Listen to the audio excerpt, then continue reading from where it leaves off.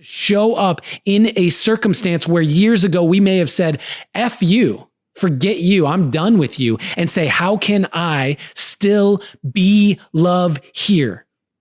How can I still see love here? This is the deep dive with Adam Roa. Start to look at each and every one of your relationships. You could even take this back to, and exercises to take this back through your past relationships and look at the things that were most triggering to you. The biggest fights that you've had over the last several years with your partners or your friends or your business partners, the business partnerships that have fallen apart, whatever it is, take a look at those and take a look at the actions that you took, take a look at the actions that they took, and see if you can spot the love in all of it. See if you can understand how their actions stemmed from love. As you'll hear in the Voices track that's coming out on October 9th, that experience of being lied to, I sat in an understanding of, wow, I see where she lied to me from love. She thought that lying to me was the most loving thing to do.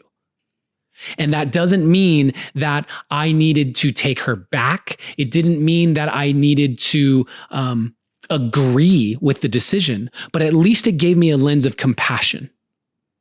If I'm unable to see how she is coming from love, I am missing a key component to being the most loving version of myself. But if I can hold a lens of, wow, she is showing up as love here, even if I don't agree with it, I have now opened my heart.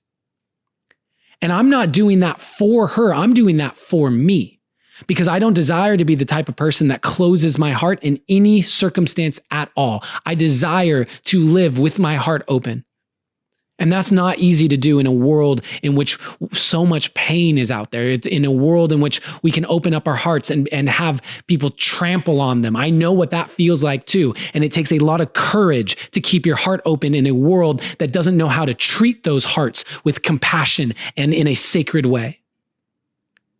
So I want to say thank you to each and every single one of you who has continued to keep your heart open. I want to say thank you to all of you deep divers who continue to come here each and every week to learn how to open up your heart and to spread your awareness to a more wide array of possibilities for how love can look. It's not empirical. It's not right or wrong. It is relative to each and every person. And our role as lovers, as spiritual warriors on this planet, is to find the love, to show up in a circumstance where years ago we may have said, F you, forget you, I'm done with you, and say, how can I still be love here?